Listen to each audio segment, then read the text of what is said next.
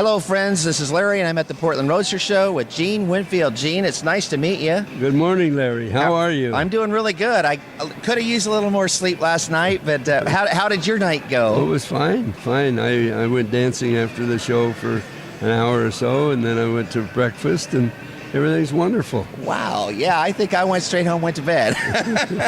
So I'm a little more boring, I guess, in here. Well, Gene, you have done an awful lot of obviously, anybody who knows you in the car industry, you've been around for a long time doing this. One of the things... My first shop was in late 46. 46? Late 46. If I remember right, did you start here in the U.S., and then when you went abroad, you actually... When you were like in military, didn't you do some car building over there too? And yeah, I started in a chicken house behind my mother's house in late 46, and I put a cement floor in there, and then I added on and built a spray booth and whatnot. So I was there, and then I was drafted. I was in the Navy, by the way, in the Navy at the end of World War II. But they had a deal where you could join the Navy for the duration of the war plus 6 months. So I was in there 6 months, the war was over, and I did another 6 months. So then if you've been in the prior service 1 year, then they won't draft you. But they drafted me. So come down, the bottom line was, it was 3 days less than a year. And they drafted me. Boy, was I bitter. Wow. I was Gene, unhappy. Thank you for your service, Gene. I appreciate that. Wow. So then I went to Japan.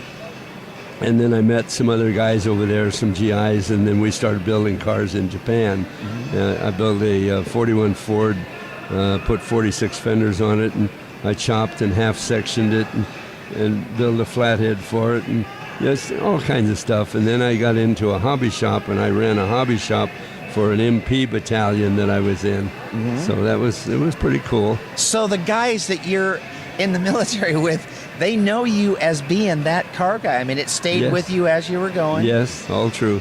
Wow. And how long then were you doing? And this was in Japan, wasn't it? Yeah, Tokyo, Japan. How long did you do that there? Well, I was there a year and a half. A year and a half? Yeah, I was in the service 2 years total, but I spent first 6 months in boot camp, and I went to cook school. I was a cook, so then I went overseas as a cook, and I started doing the hobby shop thing, and then they transferred me from being a cook to running a hobby shop for the battalion. So that was pretty cool. Oh, that sounds like it would be fun. And I didn't realize they had such a thing like a hobby shop. So it helped the morale of guys when they were over there then? First of all, I was helping I was helping special service people in the hospitals. So I was going to the hospitals and helping the poor GIs that were shot up, and I was helping them, and that's how I met one of the guys that later we were building cars with. He was there, and he was all messed up and didn't even want to live. You know what I mean? It's one of those deals. But then I was doing it so much, so the special service lady says, "Let me check into it. Maybe your battalion is big enough where you can have a hobby shop there, and you can run it for your." Which it was, and we got in that. And by the way, General Bradley called me one time. He was a two-star general at the time, and he called me up and asked me if I had a certain model airplane kit and a model airplane motor, and I said, "Yes, I do." He said, "Okay, I'll be right over." So I didn't tell the company commander, so I said, "When you come in the gate, turn right, and I'm the first building on your right." So he come over there, and he's buying this stuff, and he was a tremendous guy. We joked and had fun and had laughs and pictures and everything. Then my company commander found out about it, and he come over, and he was just kissing, you know what I mean, and it was unbelievable. So then he put me on the Lincoln City Report, and he had me wash windows for a week after that because I didn't tell him that the general's coming over. Was it worth it? It was worth it. I think so too. I think you'd have done it, right? What was your class when you were doing that? Were you a private or were you? I was corporal. It was a corporal. Okay, so you'd been in there for a little bit. And they made me a corporal when I went over to Japan. That's cool. That's funny. So you already answered that question. You'd have done it again. And again and again. You strike me to be that guy that you That's great. So how many cars do you think you actually built in that time that you were in Japan? Do you know how many? Well, we worked on four different cars. You know, a sports car and the 41 Ford, and then over there they were racing, and they had a racetrack, a half-mile. It was a cinder track from a volcano was the surface, and it was real slippery, and so they were racing motorcycles over there, and of course they're running backwards from what we do in U.S. See, they were running clockwise instead of counterclockwise. So the GIs took a Crosley motor and built a little, like a midget, little race car with this Crosley, and the Japanese, actually Datsun Neats, it was Nissan Datsun Motor Car Company. They had built two race cars that were just beautiful. They were like an Indy car, just gorgeous cars, and they were called the Dot King and the Dot Queen, Dot King and Dot Queen, and they had these little four-cylinder Datsun engines in them, and they originally started out at 20 horse, and they put a special carburetor and shaved the heads, I think, so they had 28 horse. So this guy, the GIs with the Crosley, they were tearing them up so bad with the Crosley motor. They would start with a handicap. They'd let the Dot King and Queen get out there maybe 3/4 of a lap head start, and then let this Crosley go. And in 5 laps, he would catch them and maybe lap them again. It was just pathetic. So we started building a Crosley-powered car to beat those guys. So it was a lot of fun. We did good. And when you were over there then and building those, did you get to get in and drive it too, to test it and do any of that kind of thing? So I arranged the first NASCAR race in Japan, stock car race. And I have a NASCAR license from 1954. Oh man, do you have it framed somewhere at home? I have it in an album. I have an old racing album at home. So I want to make that one into a book. Oh yeah, that would be special. It's really cool. Yeah, and we're going to get into that a little bit later, because you kind of got racing in your blood, didn't you? Oh yes. And it stayed there all throughout. I still run Bonneville. You know, my first time I ran Bonneville was August of 51, and I had the Model T coupe with a small flathead in it, and I turned, I was turning 128 over and over with my tire size. I didn't have a quick change, so I couldn't up the gear ratio, so a guy loaned me some 18-inch Indy tires. I put those on there, and then a guy loaned me a Howard fuel injection unit for a flathead, and it took us 2 or 3 days to make it run, and I was pumping pressure inside the cab with a little small tank, and I was pumping pressure. You have to have 20 pounds of pressure or something to make those things work. So anyway, I got it up to Which took you an hour to do. No. It was quick. No, as I'm going through making a run, I just pump it a little bit and then drive and pump a little bit. So it wasn't bad at all. Once you get the pressure up, it was easy to keep it up. I see. So then I turned 135 and a half, which I was very happy with, and I got a 3rd place trophy. 135 and a half, and what year was that? 1951. That's hauling. It was good. It was very good. And that engine was a very small flathead. It was only 60 over bore stock stroke. So it was 260 cubic inch. The stock flathead is 239. So I was very happy. And I did a lot with that little engine. I beat all kinds of guys with bigger engines. So we skipped a little bit there because you were in Japan. And how long between Japan and Bonneville? Well, I was in Japan in 50 and 51. I come home in 51, and I drew a logo for my shop while I was in Japan. So in 51, I brought that logo home, and I still use it today. I've had that logo ever since 51. So then... So you immediately started building a car then that you were going to take to Bonneville right off the bat, right out of the service. Absolutely. I already had the car. Wow. Yeah. So and you were doing NASCAR stuff in Japan right before that. So you were doing circle tracking, then came over here and said, I want to go straight, long, and fast. Right. So I have a sprint car at home, and I've been driving a midget for 5 years in Ohio. Every year a nostalgia race. I love it. You know what? It's good to hear that, because I've always wondered. I'm 53 now, and I've always wondered, will that ever get out of my blood? No. I don't think it will. I just love that feeling. Do you remember that first your first pass, you got to Bonneville, you got in that car. Do you remember like looking down the thing and going, this is really it? And did you get any nerves going? No, but it was cool. See, I had already ran El Mirage. And in fact, I took a Roadster to a SoCal speed shop, and Don Spencer was working for SoCal Speed Shop. He was a tremendous fabricator and engine builder. And so I asked him how to set up the car. So he told me what jet size and with my tire size and gear ratio. And I said, well, how fast am I going to go? And he said, oh, you go 120. And, well, I was hoping to go 110, anything. I was in a club that was called the Century Toppers. So all I wanted to do was anything over 100. Yeah. So I get out there, and he said, by the way, he says, if you hit a bump, he says, don't worry about it. Just keep in it. Well, I hit this bump, it scared the hell out of me, and I thought I was gone, so I backed off, and then I got back in it again, and I turned 112. So I got right back in line, didn't change anything, and I turned 121.96. So I was really happy. Wow. And now how do you do the difference? Because when you're at 112, you were still probably in it when you let off and got back in it. Yeah. You were still in it pretty good, Oh, right? yeah. But that second time, there was no lift. No You let were down off, boy, the I whole was way. gone. And that was May of 49. May of 49, I turned 121. So when you had that experience, did that then hook you up? For how many years did you say, I'm going to start doing Bonneville? Did you do it every year? You go back there and do that? For a few years, and then I had to get away from it for a while, and then now I'm back into it. I have a Roadster. I put a NASCAR motor in, and I've been over 207 times.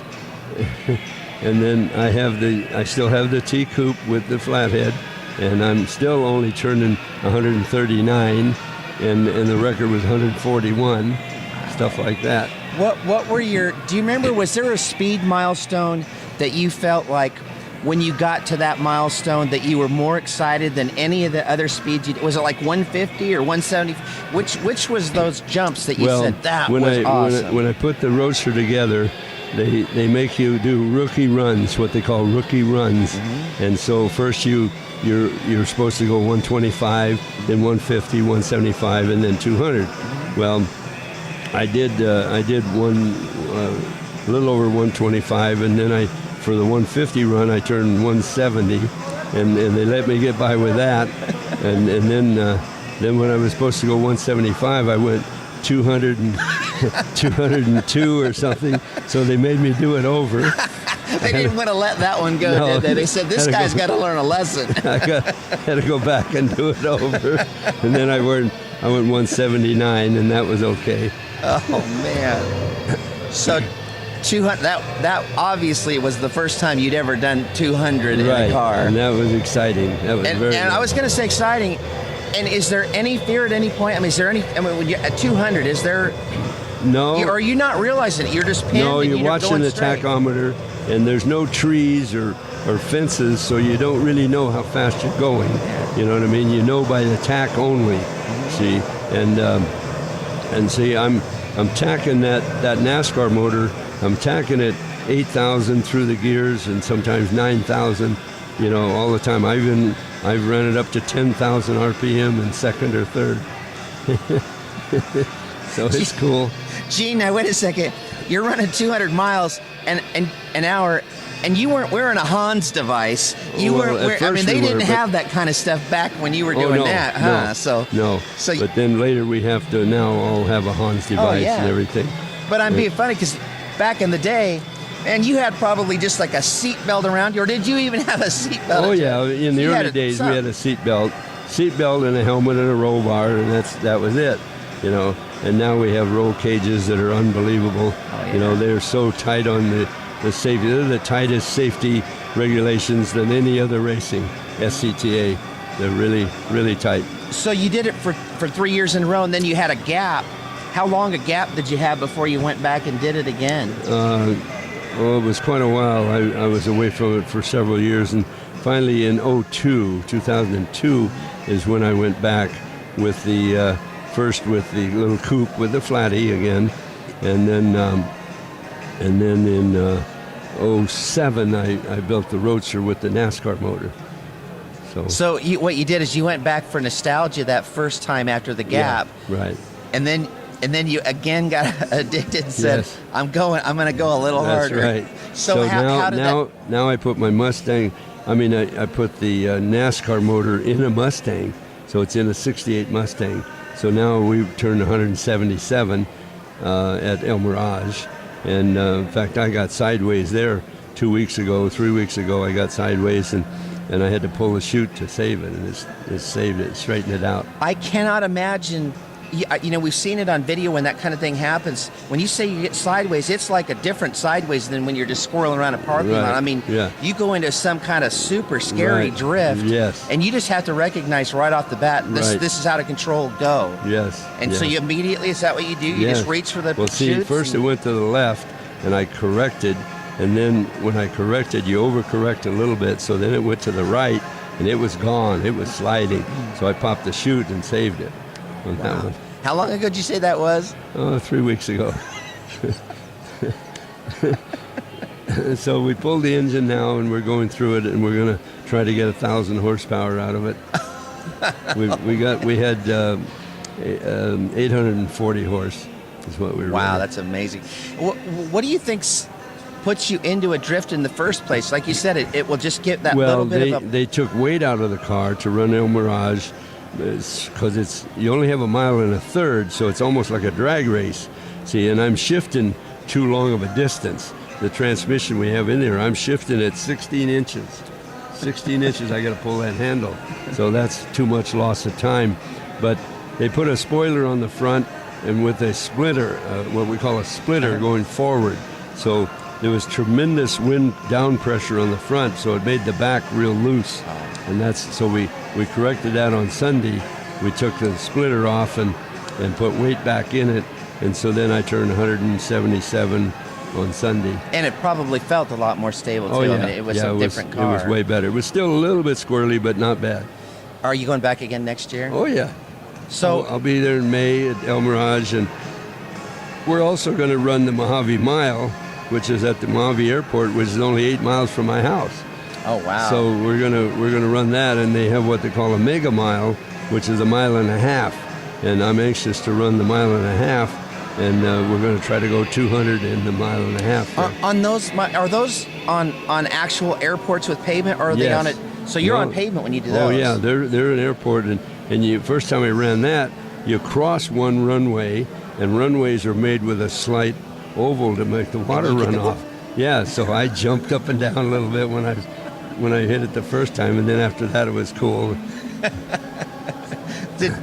That's where they run the supercars and stuff too. They'll bring the big speed cars out and do that. On a day, do you all get lined up and then you just go one at a time? Yes, all through. What do those kids think of you when they're in their dads gave them the big old supercar and they look over at you and go, I bet you get some respect. Oh yeah. Yeah, it's cool. Yeah, it's very nice. Do you ever get a chance to get? First of all, do you have a desire to get in those supercars and have you?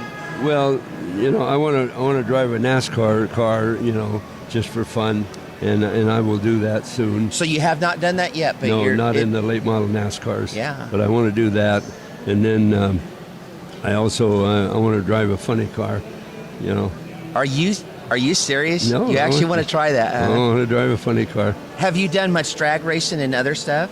Well, I'm sure you did. Ago. Just regular cars, shift kind of thing. Yeah. Not a funny car. Funny car, a little different animal, isn't it? I know it. So I want to go 225.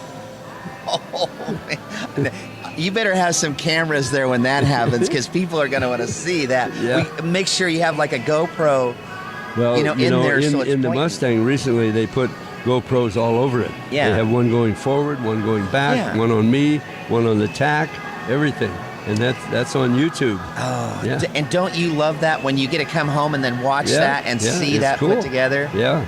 Oh, yeah. I cannot wait to see. When you bring up funny car, I cannot wait to see that one, because that'll be cool. That is a different animal. I know. I'm sure that's something I'm pretty close to. I have not done it, but I worked with a crew doing video stuff, and I would I'd sign the waiver, and then I would lean against the wall so that the car, I wanted to be as close to that 2,000 horsepower as I could, so I'd be right there. Yeah. And you know how it shakes your No, the feet vibration. right up. It's just, Oh yeah, that it vibrates the ground. Yeah, I think of how excited I get being right beside it. Inside that has got to be a thrill. If that don't get the heart pumping, you're not there. Right. But at least you know how to reach for the chute. You know all the basic things. Right. I mean, Right. it's got a gas pedal. It's got a chute. I mean, Right. got a steering wheel. The basic stuff are there. You know, can you get into something like that and make a more moderate pass first? Yes, I would do that, of course. Yeah, and I wonder if they have different kinds. Maybe get into something that's got 1,000 horse, and then jump into something that's got, more. You know how much horsepower they got now in the big funny cars? 10,000 horsepower. 10,000 horsepower. Now some of it is achieved with the nitro. You see, maybe 2,000 horsepower might be achieved with the fuel. But it's unbelievable. That is amazing. And have you got close to those cars when they're doing? Yeah, I'm standing right there on the line with the ground shaking. I was going to say, I bet it at 10,000, it's shaking even more. I mean, your teeth are rattling and everything beside it. Yeah, unbelievable. Have you been to that one track? I think it's in California where they have the 4 lanes at the same time. Where they line them up, and they have a track out there that it lets you go 2 and 2, and they can run them at the same time. I've never seen one of those shows, but I've always thought it would be neat to see. Years ago, we went to an illegal Navy track, Navy airstrip, and we were running 4 and 5 cars at a time. And it was fun.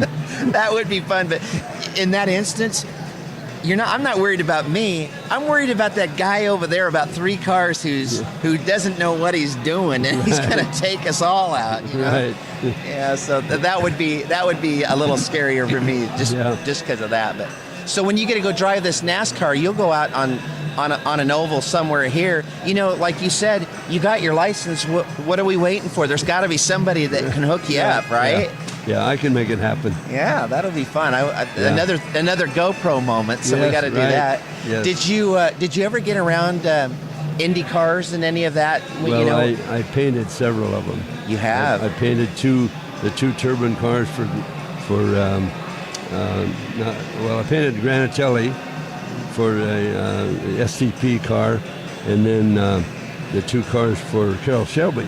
So you painted Granatelli. So you used that blue and the red and the white. Isn't that what they used to run on the Granatellis? They had this that bright hot pink color, on the 44 car. I remember that car. Yeah. So then I built the body for the 1969 car. I built complete bodies. Sam Foose and I prototyped it in wood, and then make it mold, and then we made fiberglass bodies. We made 3 sets of bodies for them, and the complete upper body only weighed 36 pounds. And they wanted a super light one. We made one body that weighed 28 pounds. The whole upper body, and they have aluminum monoshell on the bottom. See? Oh, wow. And when the driver was out testing it, at first he kept smelling something burning, and he thought it was the exhaust coming out the porch, kind of out the body. But it was the nose. There was so much downforce, the nose was hitting the track. Smell. And he was trying a Plymouth, and he qualified with the Plymouth, but it wasn't quite fast enough to suit him, so he took out the Plymouth and put the Offie in at the track. Do you remember, and when you say Offie, is that the Offenhauser? Is that what that was? Yeah. Did you ever get a sit in it, or, play with it at all when he wasn't around? Did you start it and kind of do a little? No, I didn't. No, but you did sit. I would have sat in it too. I would at least wanted to feel. They're tight little things, aren't they? Yes, they're very tight. Yes. I mean, they don't want any gap, but they are super. They built, even in Indy cars back in the day, they built those things pretty safe. Yeah. Not obviously not as safe as today. When I was with AMT, first I went to Phoenix in '66 with AMT Model Company, and we did a lot of the movie cars because I had already got my foot in the door, which I show in my new book, and got my foot in the door at the movie industry. So then they started calling us, and we did all kinds of movie and television stuff from Phoenix, and then we moved to Santa Monica. Now, when we moved to Santa Monica, we were 4 doors from Granatelli, I forget the city right now, but Santa Monica. We were in Santa Monica, and they had a facility, so we were going back and forth down the alley, rolling car bodies, and they brought a chassis over to me, and so I worked with Joe Granatelli. And, Wow. And, because that whole family, that's at Indianapolis 500, that name is obviously known. Yeah, oh, sure. So you did, what year was that you were doing that? That was 69. 69. 69. That was around the time that Mario Andretti won the Indy 500. I think it was that year or something like that. That's true. The only one. Yeah. And I think Bettenhauser drove this car for them, I think. I'm pretty sure they drove it. They finished, I think they finished 6th or something. Oh, wow. So 6th or 8th. Well, those guys back in the day, particularly, they always finished in the top. I mean, they were always in like the top 10, always. Right. Mm-hmm. Did you ever get to go to the track at Indy 500? Not while they're racing. No. Not when but you have been there even not. Isn't it intimidating when they're not? I went to the museum, with a friend of mine took me. He's from Indy, and he took me to the museum there. Right at the end of the golf course, at the one end there. Yeah. So I had 5 cars in the museum that I painted. 5 cars. They better let you in for free. Yeah. You better not have had to pay for that one. Oh, man. 5 cars. Was anybody smart enough to get you to sign anything when you were in there? No. Really? No, they were closed. I think I would have snuck under the bottom and just done it for my own self. Yeah. That was, you really cool. Get that sense of history when you're in that museum, didn't you? Yes, it was great. Do you know what year that was when you were at the track? No, I forget what year it was. Yeah. Any other big tracks that you've been to, or that that you always thought, wow, because that's really a big one. Well, I did Goodyear commercials for 18 months straight. And so I put together 5 cars for Riverside Raceway, and A.J. Foyt was there, Richard Petty, Bobby Allison, Bobby Pearson, and I forget. Anyway, 5 of them. So each of those had their name on the door, and I painted the cars white with a blue stripe across on a bevel. And in fact, that's in my book. And so then after they went home, they drove for one day for the commercial, and then I drove in each of their cars for another 4 or 5 days. And I went to Laguna Seca track, and they had Jackie Stewart come over. I rented a Camaro and took a mold off of a complete body, took a fiberglass mold off of a Camaro, and I took an Impala chassis and shortened it for the Camaro wheelbase and stuck a funny little roll bar on it. And so I'm standing there on the track, and they raised the body with a crane, lifted the body up, and I'm holding it so it keeps it from turning.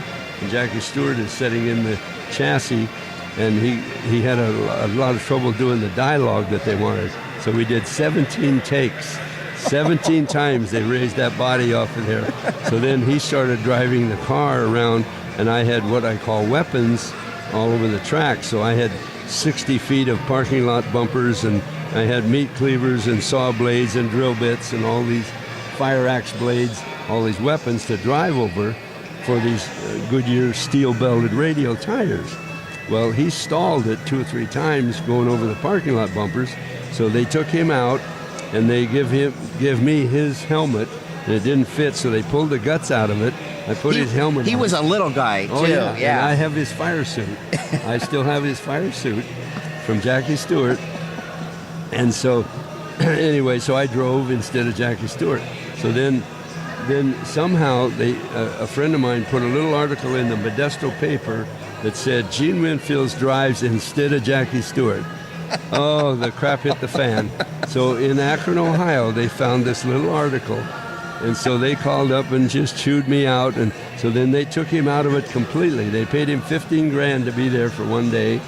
So they took him out. Then I drove the rest of the time and with no name, and so I drove it, and they completed that commercial. That is a great story. You know, it's something we're dealing now with generations that they hear Jackie Stewart, they don't even know that name or who that was. From Ireland. Yeah, I mean, yeah, and I remember back in the day, he went when he got done racing, he went to broadcasting, and he'd be standing there and he'd go, "This is Jackie Stewart. The cars are running wild around the track today." Do you remember those days? Yes, I know.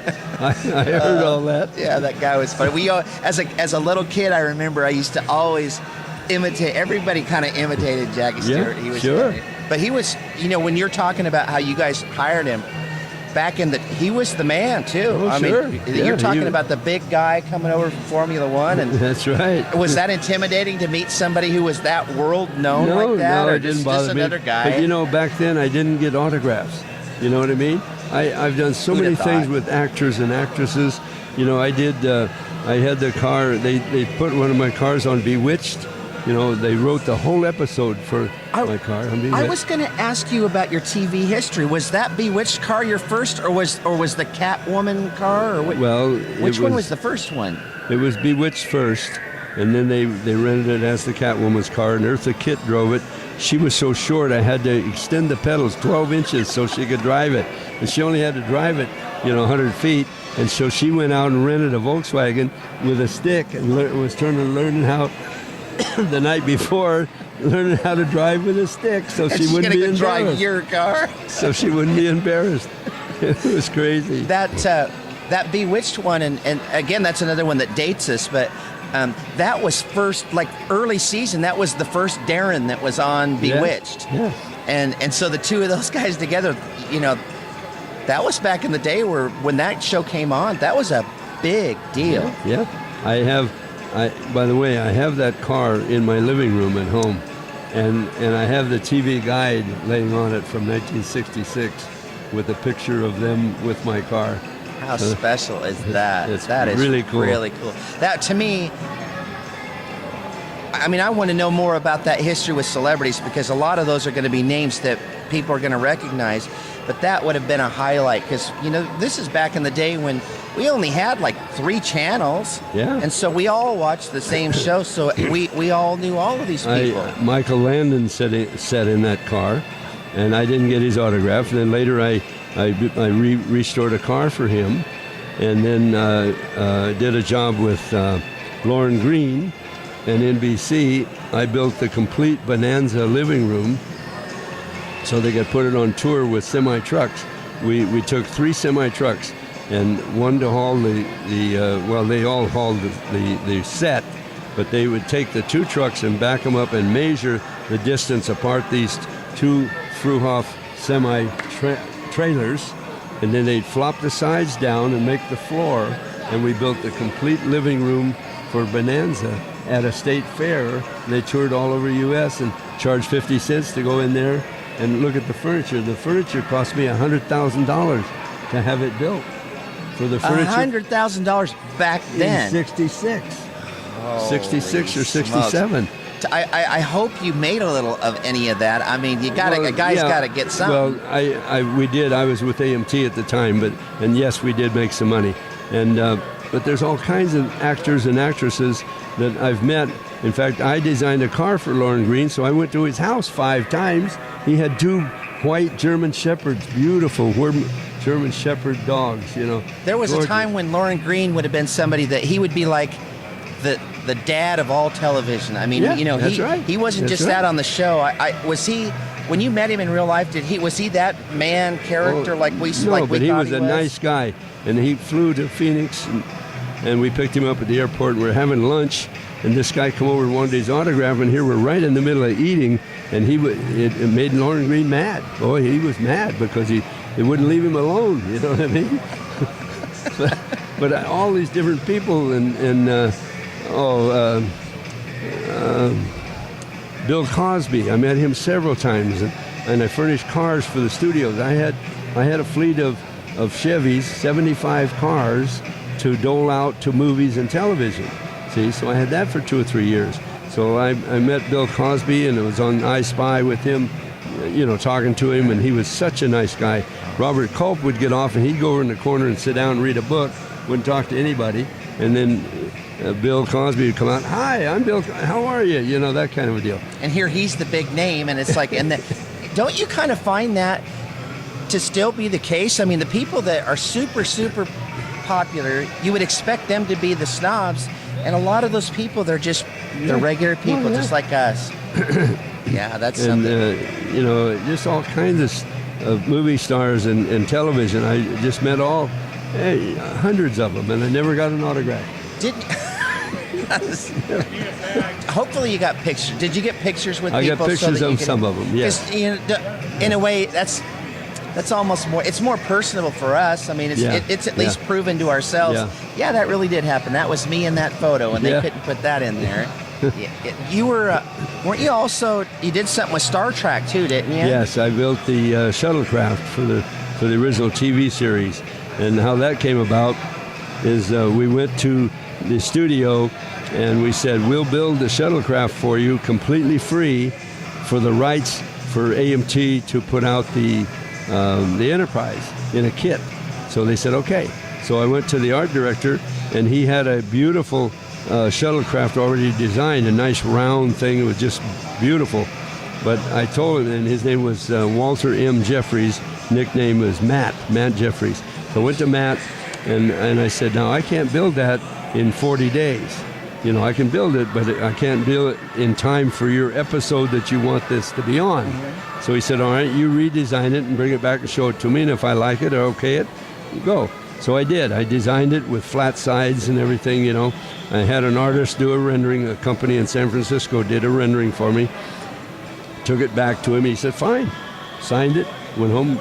Sam Foose and I and 12 other people built that thing in 40 days. Complete exterior of the Enterprise. Of the shuttlecraft. Yeah, and did you get some styling cues off the Enterprise then? Because you kind of wanted to make it look like it would have come out of there, to go do its thing. And a little bit. And the paint colors, I think they were white, and they would have matched each other. Yeah, kind of a silvery white. And I thought when it had its name on the side of it, I thought it Galileo. had something like, what's that? Galileo. Yeah, so the first episode was called Galileo 7. You brought up a name a couple of times there too, Sam Foose, and he is the dad of somebody that a lot of people know. Yeah, Chip Foose. So did you see when you were doing this? Did you see little Chip Jr. running around there? Yes, I've known Chip since he's 2. he was in and out. Was he always like bugging you? It's like, give me candy, Gene, or was he that kind of kid? He was playing with model cars, in our shop off and on all the time.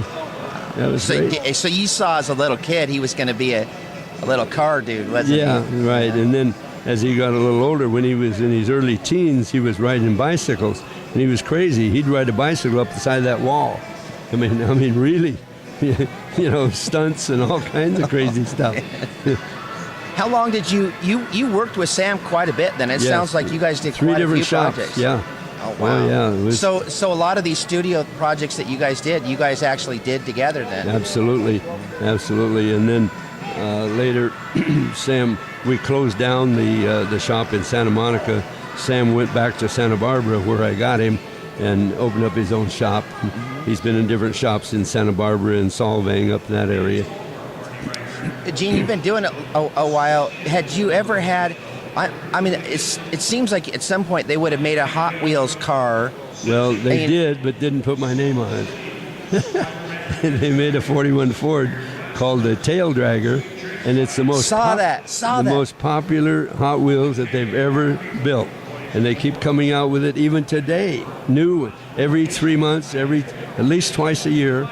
So I have 53 different versions of the Tail Dragger. 53 different colors. They made 12 NASCAR ones. Do you get little kids come up to you with their Hot Wheel thing and want you to sign them all the time? That's cool. What about models? Because we were in that whole era where we used to build the models and stuff. Did anybody ever do a model of one of your cars? Well, no, they didn't of my 2 aluminum cars, which they should have. See, like this, the reactor. Now, this is a wild radical car built out of aluminum. But for them to do tooling, see, they always like to have tooling that they could build it 2 or 3 ways in the same box. See, and so if they brought out my reactor, it would only be one version, one way for them to build it. See, and so the tooling back then, even in 66, 67, the tooling was $250,000 to build a model kit. And so they was reluctant to do it and never did do it. They did one of Bill Cushenberry's of the Silhouette. They finally did that one, and at first, the first year, it didn't sell very good. Well, then later it took off, and they reissued it, and it sold really good. But they never did actually build one. Did what do you think of all the things that, I mean, you've done car shows, obviously you built rigs for car shows all these years. When was the car that won a show, the first big show for you that you said, wow, I really feel like I'm here with show cars?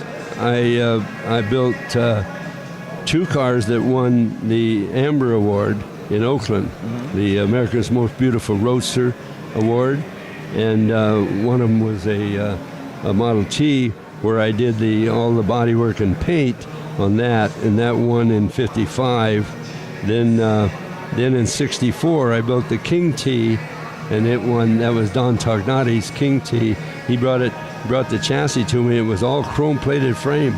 It was really beautiful. The first chrome-plated frame that I'd ever seen, and it was a 1914 T or something. And it was an old rusty piece of crap body. So I straightened it all out and leaded it and everything, and painted it 2-tone lavender, and it won Oakland in '64. With a chrome frame and one of the first ever? Yeah. So that had to have been huge. I mean, people had never seen something like that. I mean, maybe on a bumper, but on a frame, why would anybody do that? And then another one that I was involved with, Tex Smith was editor of Hot Rod Magazine for many years, and he had an artist named Steve Sawagia designed a car called the XR6. It had a slant Chrysler 6 motor in it. It was very unusual, and it was just very unusual grill and nose for this car. And so he had 5 different shops work on it, and each month they would do an article in the magazine of the building of the XR6. So I was not a builder on that first go-around. So Barris did the final body work and paint, and Tex Smith told Barris, he said, I don't want any lead on it because I want to keep it lightweight. So because it has a nice small Chrysler engine in it, I want it lightweight so it'll still go fast. Well, they leaded the heck out of it. In fact, they leaded the little fenders so much that in the trailer going to the first show, 3 fenders broke off. Broke off in the trailer, so they took them off. So then the nose was all leaded and very involved. So Tex called me up and he says, can you work aluminum? And I said, no, I'm sorry, I do not know how to work aluminum. Then I called a guy in Berkeley, Gordon Van, who was a friend of mine, and he had a nice restoration shop and was doing lead and everything. And I said, can you teach me how to work aluminum? He said, oh yeah, come on up, spend a few days. So I went up there, and I called, even before I went up there, I called Tex Smith, and I said, I can work aluminum. And before I learned, so then I went up and learned how to work it. So then he had me build a complete new nose and 4 fenders, and then I went ahead and painted the XR6, which still exists today, and I put my logo in the grill, which is still there, and I made the key for the car with my logo, and it's still there today. Oh, that is cool. And it's in the basement of the Peterson Museum now. Unreal. I can't believe your skill level, really top to bottom, how much involved you are in the things that you built. One of the things that you did that I don't really remember other people doing stuff like this was that fade. The fading of paint? Yeah. Yeah, I started that. First I faded a couple of motorcycle tanks, and I liked it. It was just easy to do on a small object. So then I decided I'm going to do complete cars. So the first car I did was a brand new 57 Chevy. It only had 80 miles on it, I think, in 57. So I blended that one, and it still wasn't real pretty, but I was blending around the moldings and the existing shapes that were there. So then I kept playing with it from 57 till 59, and then I built a Jade Idol in 59, and it premiered in 60. So it was a radical blended job. So it went nationwide, went all the way to New York, all through the whole U.S. So that put me on the map, so to speak, with the blending of paint and the car building, and so that was in 60. People had never seen anything like that. Yeah. I mean, when we talk about that faded paint job, so you're the real guy who started doing that kind of stuff. Sometimes it's called the Winfield fade. Yeah. And so I'm doing that all over. I painted in England. I painted 5 cars in the past 2 years in Canada. I painted 3 cars in Australia. Still. Oh yeah. Didn't your mommy ever say that if you paint and you don't, you're around very long, that you're going to breathe too many fumes and you're going to die at like 35? Sure, they all You've been told me. painting your whole life, man. I'm still doing it. Still doing it, but have the masks got a lot better? Oh than yes, back then? I don't paint urethane without a real nice mask. That'll kill you. I bet. But Yeah. when you were young, because you've been painting your entire life, Yeah. did you know better when you were young? Did you just go in a booth and just start No, spraying, or part- did you have something that you'd stick over? Well, I had the paper mask. That's all. That's all there was I had, in the paper day. mask. Yeah. In the early times, and I breathed a lot of lacquer. You have. I don't take this the wrong way, but they should, like, when you die someday, they ought to take your lungs out just to see what all that paint did.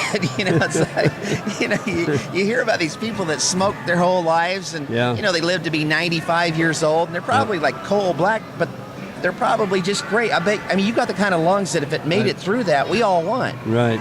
I've never smoked, never had a drink of any kind. Good job. Never had a cup of coffee.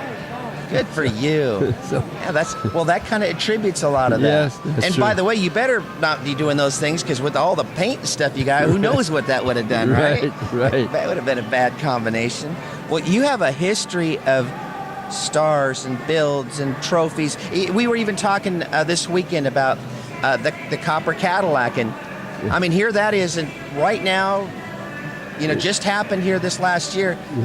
You had a little something to do with that. I chopped it. Yeah.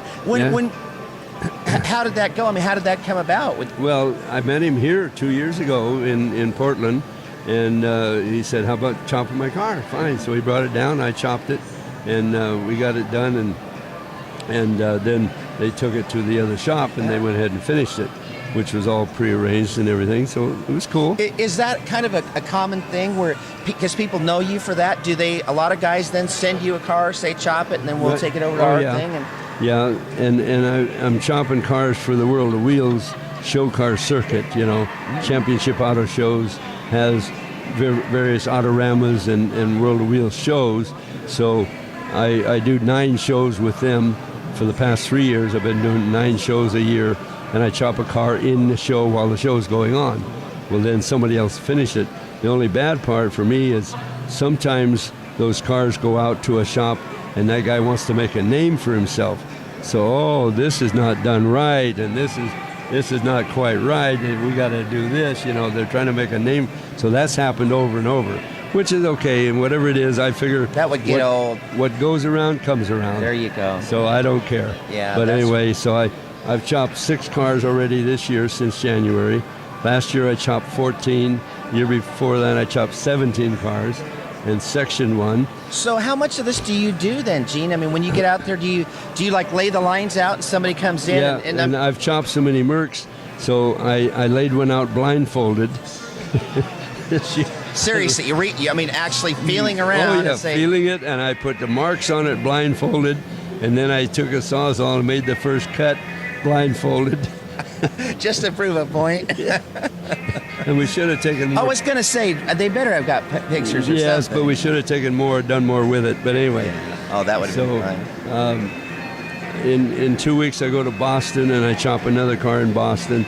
Then a week or so after that I go to Vancouver, Canada, and I'll be there 2 weeks. I'm gonna do a workshop, a metalworking class, and then I'm gonna chop a car. Then I'm gonna do a show and chop a car in the show in 2 weeks. I can't believe how busy you stay. Yeah. I mean, do you take breaks and vacation. What is stuff? that vacation word? I don't know about that. Because it's your life. I mean, that Yeah. is your. This is you're doing what you want to do. This year I was home 2 weeks in a row since January. Are you married? Nope. Okay, well, because that would be a little hard on on the wife, right? Yeah, she'd be just be whining all the time. I used to water ski a lot. So a year ago June I went water skiing. The first time I'd been skiing in 10 years, and I did trick skis and I turned around backwards. And I hadn't done it for 10 years. I mean, I can't believe the kind of shape you're in. You're shaking your hand, and it's like, you got, man, I hope I'm doing that half that good when I'm your age. I can't believe how great a shape you are. And let alone the drive. But don't you kind of feel like, Gene, you start slowing down anyway? And no. No, I mean, if you did, you'd just start slowing down and it would just get worse. Why not stay busy and keep going? That's life, right? The guys that retire and sit down, they start to die. I think so too. Yeah. No, let's not do that until it happens. Worry about it then, right? Right. Yeah, that's cool. Well, you have got. You're not a legend for no reason. I mean, you have got an entire history of that, and it really accumulates into this book that you put together. This is movie cars, television, and commercials. When you see a commercial, there's no credits. You have no idea you did a commercial. And a few special projects in here. Mm-hmm. So it's a nice book. There's 500 pictures. I was going to say full of photos then. And does it have a lot of text to then talk about what they were? Yeah, and it tells how I got the door in the movie to business with the reactor, and it's really cool. Well done. Oh, that's and you have an introduction in there as well from somebody that people that we mentioned. Chip Foose did a foreword on the book. He did a nice, beautiful job. Beautiful job. Does it ever get tiresome hearing people that are known say these beautiful things about you? Isn't that a nice thing? No, it's very nice. Yeah, I mean that's all we're doing. If Chip signs something, last night he signed a card on the Imposter to me. He says, "Gene, you are the best." So that's got to feel We good. love each other. It's just very nice. Yeah, that's a good thing. Do you stay in touch with Sam then as well? Yes. Mm-hmm. That's good. And don't you guys kind of live? Now you're in Mojave Desert, but you're at least southern part. Yeah, so Sam is back up in Santa Barbara now. Mm-hmm. He was in Lake Forest for a while, but he's back in Santa Barbara area. How do people get your book then? Is it something? They have to go through me. Mm-hmm. I don't have any dealers out there on my book, and so I'm publishing it myself. I sell for $50 plus shipping, and we have them. Well, I'm only doing 100 at a time, and that's partly why the price is up there at 50. Right. If I went through Motor Books, it'd probably be a $40 book, and they'd print 3,000 of them, and I make 50 cents. Right. That kind of a deal. Yeah. But anyway, they can go to a website though, because you have we have a new website. We just developed 2 weeks ago. We're still putting stuff on it, but the book is on the website. Yeah, and I don't. Do you know the web address, or is that something I can put that on there later, and people can link to it? So we'll do it that way. Okay. Or you can just call him at home. Yeah. Just kidding. Well, Gene, it's been great. Thank you so much for coming on the show and doing it with us. Thank you very much. It was so nice to meet you. It's and thank you guys for watching it. We'll see you soon. Okay.